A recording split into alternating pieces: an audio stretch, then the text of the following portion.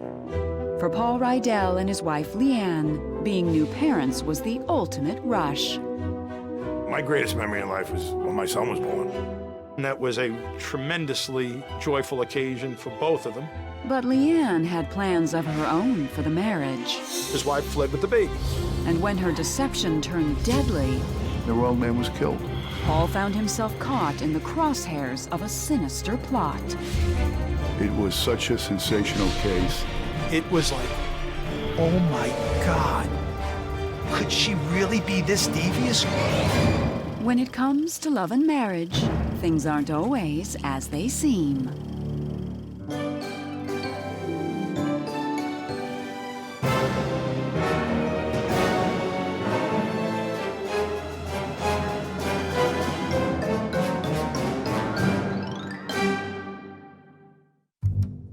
Paul Riedel's first love was purely physical.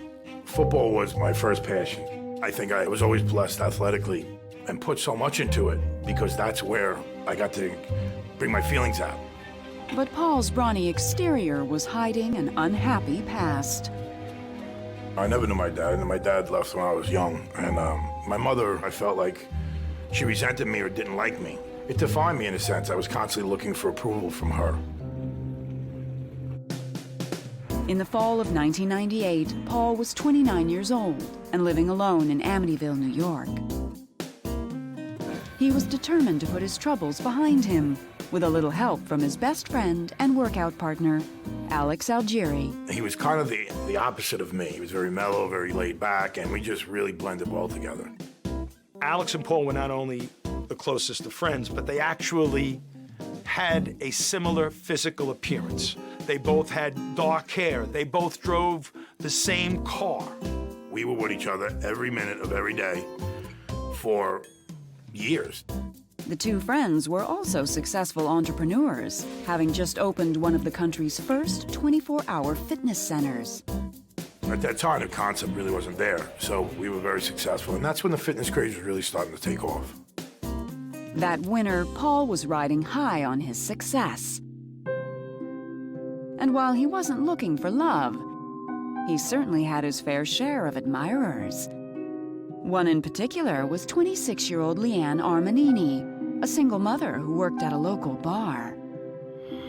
She had a son, maybe about 11, 12, and I think that's one of the things that kind of gravitated me towards her, the nurturing part. After a few casual dinners, Paul and Lee Ann began to date. A year later, when Lee Ann realized she was pregnant, Paul decided it was a good time to take the relationship to the next level. When the couple tied the knot that July, it was a true shotgun wedding. It was a really nice wedding. I had two best men, and Alex was one of them. 7 months later, the couple's son Nicholas was born. Nicholas's birth changed Paul's entire view of life. For the first time, I think, Paul truly experienced what real love is like. And I started learning how great it feels to give more than it is to get. He's just the most amazing human being. But before Nicholas turned 1 year old, tragedy struck, and Paul's entire life changed forever. It all started the evening of January 17th, 2001, while Paul was taking a few hard-earned hours away from the gym.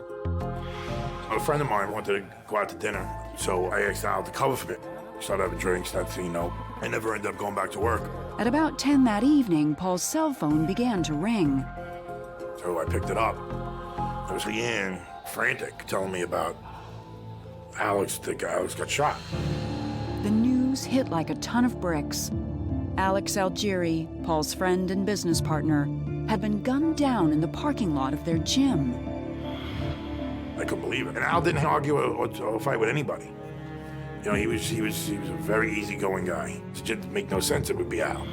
Paul was devastated and confused, but his wife Lee Ann was terrified.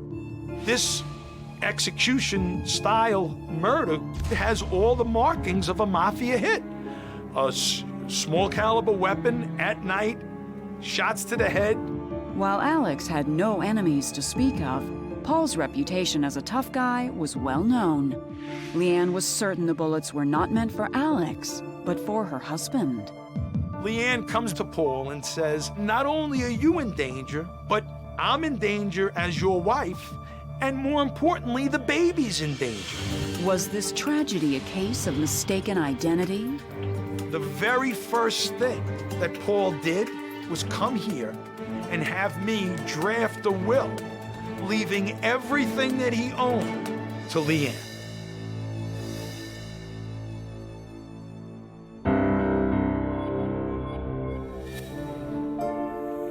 In the spring of 2000, 9 months before his best friend and business partner was murdered, Paul Riedel was struggling to adjust to his young marriage with Lee Ann. First couple months are okay. You know, I started going back out with my friends, like a live party with my friends, coming home real late. I was still very young. On the outside, Paul had much to celebrate. His 24-hour gym was booming, and he and his partner, Alex Algieri, had achieved enormous success. My life, as far as I was concerned, was great. I was going out with my friends, business was good, had money. But behind closed doors, life with Lee Ann had become somewhat rocky. It got to the point where she was really tired of me going out and not coming home and doing the things I needed to do. So one day that June, while Paul was away from home, Lee Ann took matters into her own hands. A friend of mine goes to my house to visit me, and he calls me up. He goes, Paul, there's 2 moving trucks in your house. They're emptying out and they're moving out your house. Stunned, Paul immediately raced home. But it was too late. Lee Ann had made up her mind to move to Florida and start a new life with her mother. Nothing Paul said would stop her. I just think she probably got fed up and said, I'm leaving. I'm going to Florida. And at that point, I was okay with us not being married or getting a divorce. But the game changer for Paul was Lee Ann's determination to take their infant son, Nicholas, with her. At that very moment, life changed for me. I realized, wow, this is real. I'm going to lose my son. I went to see a lawyer. I didn't know what else to do.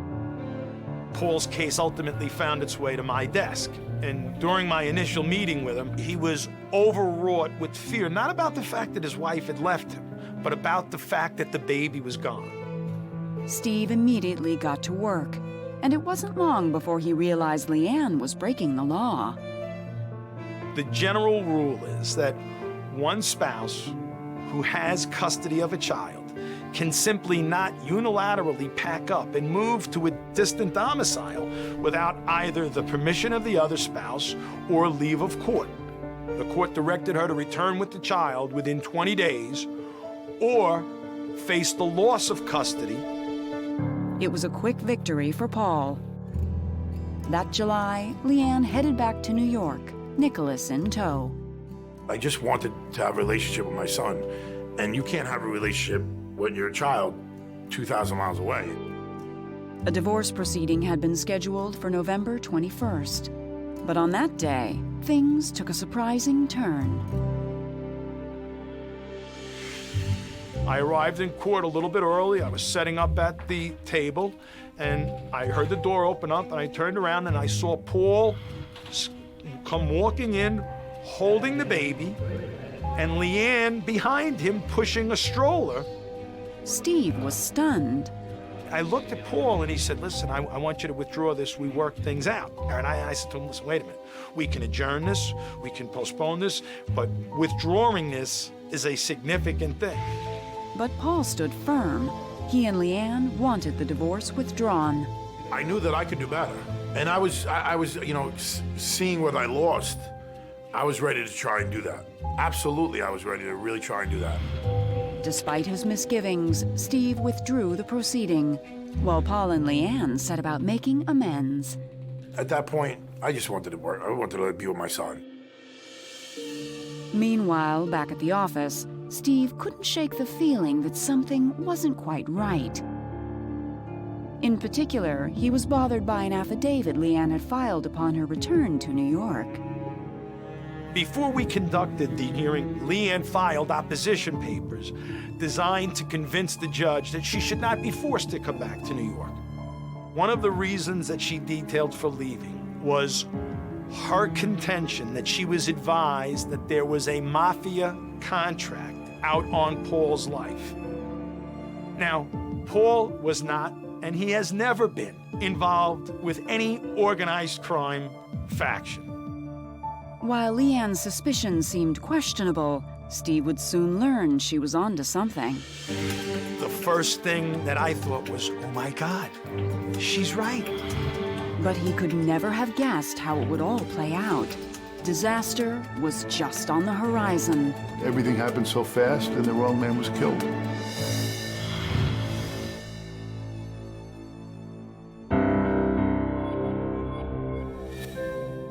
In January 2001, Paul Riedel was doing his best to be a good husband to Lee Ann. I was putting more of an effort into making things better. I was just trying to be a better husband, and I felt like it was working and we were getting along better.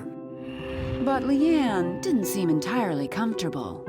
There would be times when Lee Ann would say, Paul, I'm gonna run to the store, just keep an eye on the baby. And one of Paul's friends would drop by and say, listen, your wife is on the payphone at the corner, what's going on? I confronted her about it.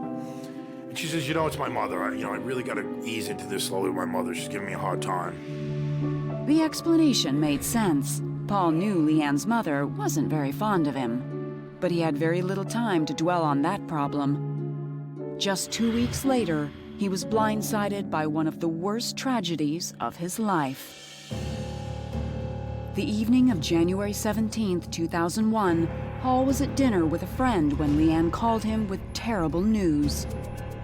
Alex Algieri had been shot execution-style in the parking lot of their gym. Alex Algieri went outside to his SUV to get some CDs. Unbeknownst to him, there were two men waiting in a car. Shots rang out in very quick succession, and Alex stumbled back into the gym, muttered, "I've been shot," to a witness, and died a few minutes later. The killers fled the scene, leaving no evidence behind. Paul was devastated. It didn't make no sense. What type of man sneaks behind somebody like that with a gun? The following days were tough, but there was one person who stood by Paul's side, his wife, Lee Ann. She was the one person that I felt that I could talk to, and she was the person I was leaning on. She went to the funeral with me. She never cried. I was always wondering why she didn't cry. Meanwhile, as the investigation into Alex's murder picked up steam, a frightening theory began to take shape. Paul came to the conclusion, as did I, and as did the police themselves, that this homicide was a mistake, that the intended victim was clearly Paul. For Lee Ann, the thought was terrifying. Lee Ann comes back to Paul and says, there really was a mafia contract on your life, and it's still out there. She begged Paul to let her go back to Florida and take Nicholas with her. So I told her, listen, let's figure this out. Get your stuff together, go to Florida. Take the baby, go to Florida. Meanwhile, Paul stayed behind and began to prepare for the worst. I went into Steve's office and I made a will up, leaving everything to Lee Ann, thinking that she would make sure that that money was there for Nicholas when he got older.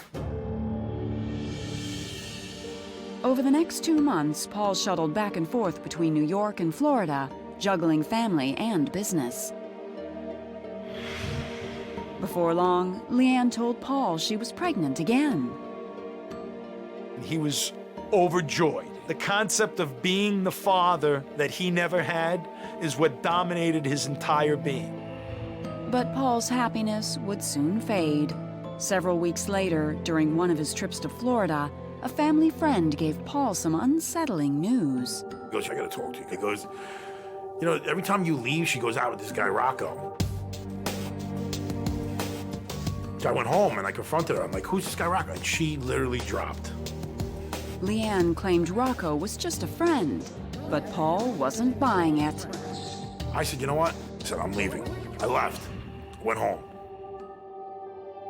Shortly after Paul returned to New York, Lee Ann made an unexpected move. She served Paul with divorce papers. to commence a divorce action in Florida, all you have to show is that you've lived in Florida for 6 consecutive months. Well, 2 weeks after she met the 6-month residency requirement, Lee Ann filed an action for divorce against Paul in Florida. And now, Nicholas has lived in Florida for 6 months with our consent, and now we can't get him back. On December 24th, 2001, when Lee Ann gave birth to another baby boy, she refused to let Paul see him. I was calling around hospitals and trying to find out where the baby was, and nobody would tell me anything. It seemed Paul was on the verge of losing everything once again. To make matters worse, Alex's murder remained unsolved. I was emotionally spent. I went to kind of a depression, and that was bad. That was really bad. But things were about to take a surprising turn. And I get a call from Paul, who's absolutely frantic. And he says, I caught the murderer, she's involved. And when the whole twisted story came out, it shocked everyone. I'm like, how did I not put this together? It was like being hit in the face with a 100-pound dumbbell.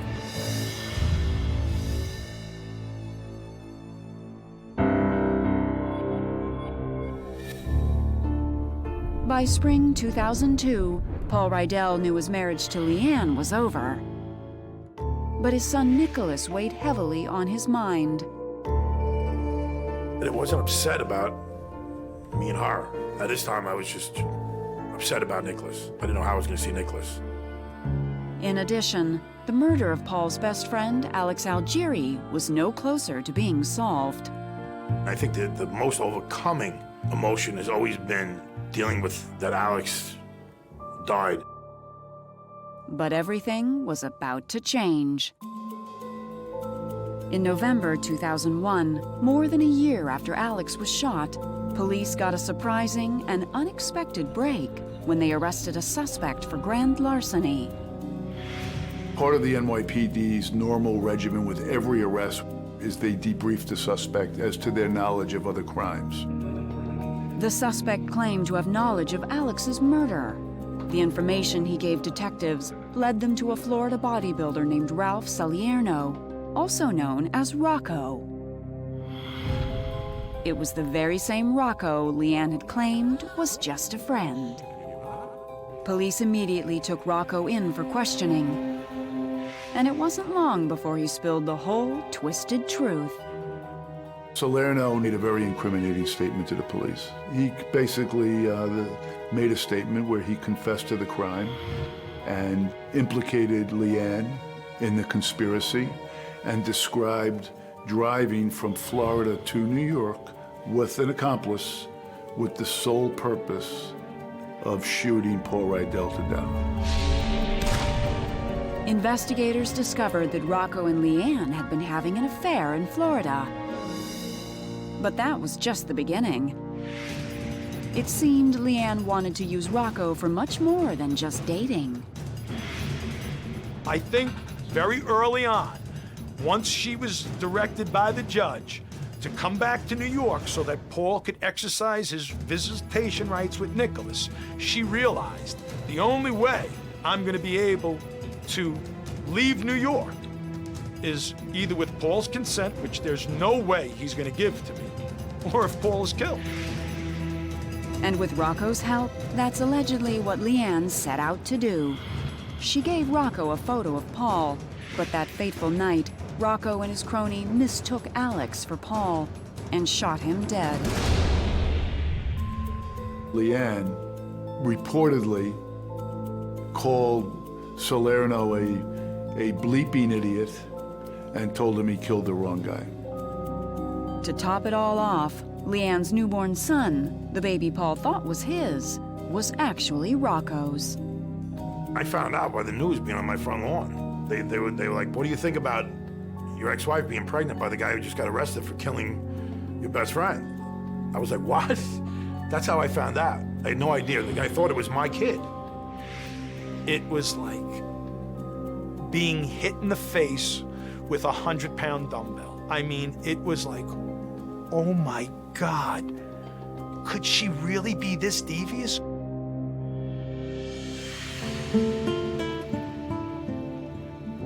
In March 2003, Lee Ann Riedel was arrested at her home in Florida. It was bittersweet. My first feeling has always been the effect that it had on Nicholas. On April 24, 2004, Lee Ann was found guilty of first-degree murder for orchestrating the killing. She was sentenced to 25 years to life.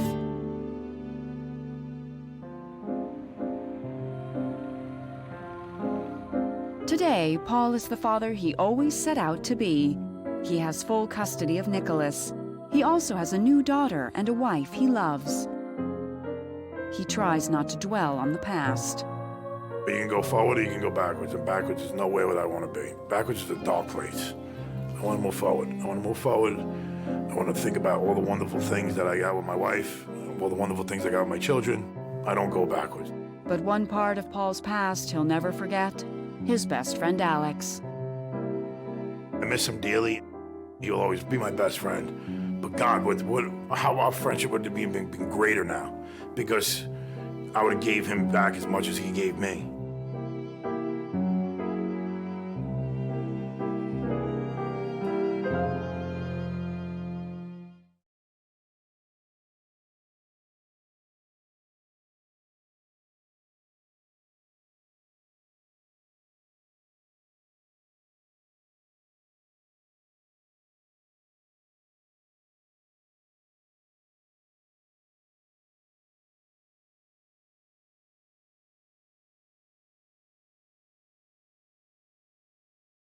Absolutely.